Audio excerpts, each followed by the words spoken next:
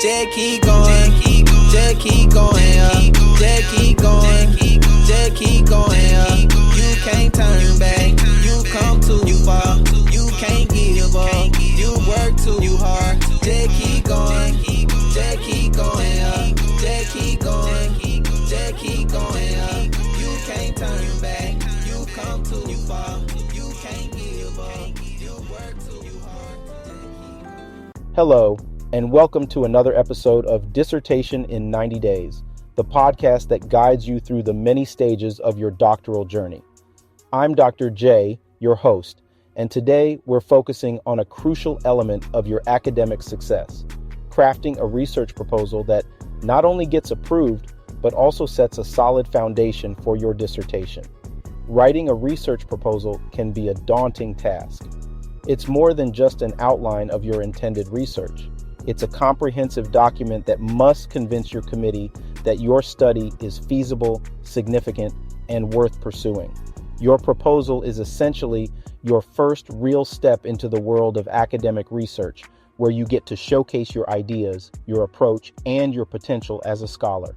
In this episode, we'll break down the steps to creating a strong research proposal, discuss common pitfalls to avoid, and share tips to ensure that your proposal gets the green light. Whether you're at the beginning of your dissertation journey or revising your draft, this episode will equip you with the tools you need to succeed. So let's get started. Let's begin by understanding what a research proposal is and why it's so important. A research proposal is essentially a plan that outlines your research question, the methodology you'll use to investigate that question, and the significance of your study. It serves as a blueprint for your dissertation, guiding you through the research process and providing a clear path forward. But more than that, your proposal must convince your committee that your research is both necessary and feasible. Choosing a research topic is often the first and most crucial step in this process. This is where your academic journey really begins. Your topic needs to be something that not only sparks your interest, but also has enough depth to support a full dissertation. It should be a subject that you are passionate about, as this will keep you motivated throughout the lengthy research process. However, passion alone isn't enough. The topic also needs to fill a gap in the existing literature, something that hasn't been explored in depth or from the angle you're proposing. When selecting a topic, it's important to consider the scope of your research. A common mistake is choosing a topic that's too broad, which can lead to difficulties in focusing your research and completing it within the required time frame. On the other hand, a topic that's too narrow may not provide enough material for a full dissertation. Finding the right balance is key. One effective approach is to start with a broad area of interest and then narrow it down by asking specific questions. For example, if you're interested in educational technology, you might narrow your focus to the impact of mobile learning on student engagement in higher education. This refinement process helps you zero in on a research question that is both manageable and significant. Once you've identified a potential topic, the next step is to refine it into a clear and concise research question. A strong research question is specific, focused, and researchable. It should be narrow enough to be answered within the scope of your dissertation, but broad enough to allow for comprehensive analysis. Take your time to refine your question, as it will serve as the foundation for the rest of your proposal. A well-crafted research question not only guides your study, but also helps to keep your research focused and organized. It's important to frame your question in a way that highlights the significance of your study.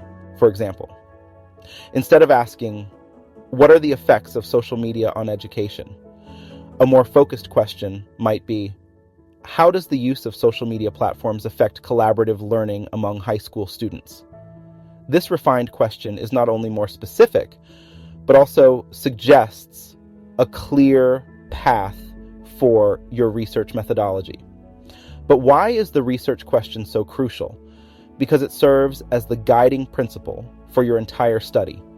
A well-defined question will naturally lead to a research design that is coherent and focused, that it helps you stay on track, ensuring that your research doesn't drift off into unrelated areas. It also signals to your committee that you have a clear vision of what you want to accomplish and how you plan to get there. Let's talk about the literature review.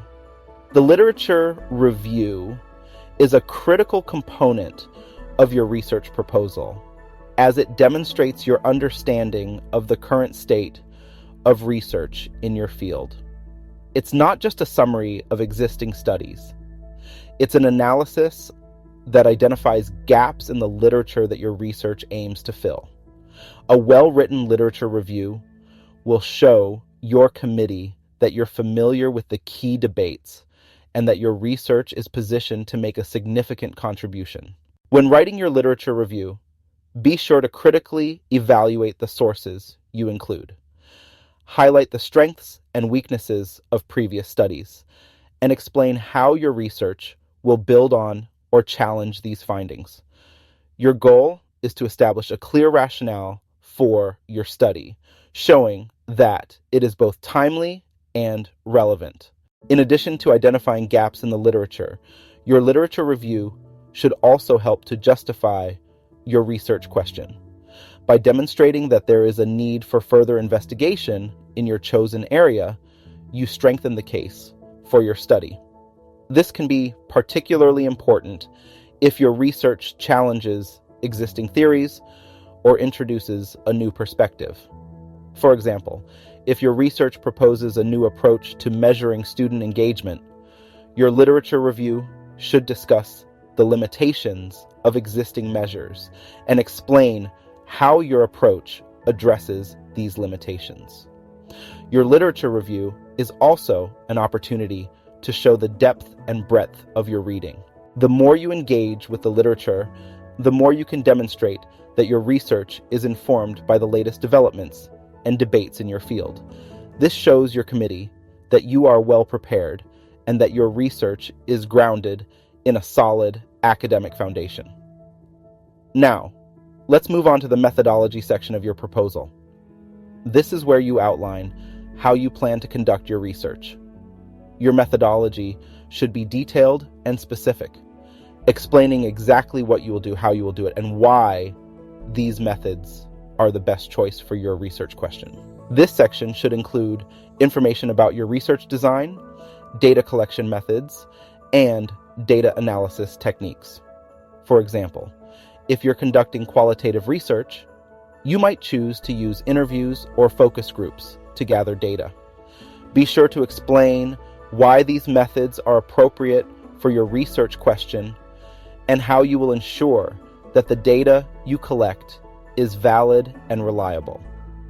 If you're conducting quantitative research, you'll need to describe your sampling strategy, the instruments you'll use to measure your variables, and the statistical techniques you'll use to analyze your data. The methodology section is also where you address any potential limitations of your study. No research is perfect, and it's important to acknowledge any limitations that could impact your findings. By doing so, you show your committee that you have a realistic understanding of your study's potential challenges and that you've thought critically about how to address them. When discussing your methodology, it's important to justify your choices. Why have you chosen a particular research design? Why are you using specific data collection methods? How will your approach help you answer your research question effectively? These are the questions your committee will be asking, and your proposal should provide clear and convincing answers. In addition to discussing the how of your research, your methodology section should also address the why. For example, if you've chosen a mixed methods approach, explain why it's important to combine qualitative and quantitative data.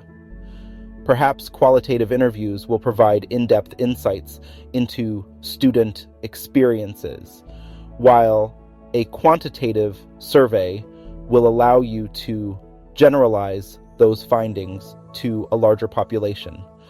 By providing a clear rationale for your methodological choices, you strengthen your proposal and increase your chances of approval. Let's discuss the significance of your study. This is where you explain why your research matters and how it will contribute to your field. Your study's significance should be clearly linked to the gaps you identified in your literature review. Explain how your research will address these gaps and what new knowledge it will bring to your field. This is your opportunity to make a compelling case for why your research is important and worth funding or supporting. When discussing the significance of your study, consider the broader implications of your research. How does your study relate to broader societal issues or trends? For example, if your research is on educational inequality, think about how your findings could contribute to efforts to address these inequalities. If your research is on climate change education, consider how your findings could help shape public understanding of this critical issue. In discussing the timeline and budget, go beyond just listing the steps of your research. Explain how you will manage your time and resources to ensure that your study is completed on time and within budget. For example, if your research involves fieldwork, explain how you will plan and schedule your visits to ensure that you collect the data you need without exceeding your budget. If your research involves collaboration with other researchers or institutions, explain how you will coordinate these efforts to stay on track. Finally, let's talk about the importance of seeking feedback throughout the proposal writing process. Feedback is invaluable for refining your ideas and strengthening your proposal. Share your draft with colleagues, mentors, and others who can provide constructive criticism. Be open to their suggestions and willing to revise your proposal as needed. The more feedback you seek, the stronger your proposal will be. When preparing for your proposal defense, practice is key. Practice your presentation multiple times and anticipate the questions your committee might ask. Be ready to explain and justify every aspect of your proposal, from your research question to your methodology to your timeline and budget. The more prepared you are, the more confident you'll feel during your defense. So, there you have it. An in-depth exploration of what it takes to craft a research proposal that will not only get approved, but will also set you on the path to a successful dissertation. Remember, your research proposal is more than just a formal requirement.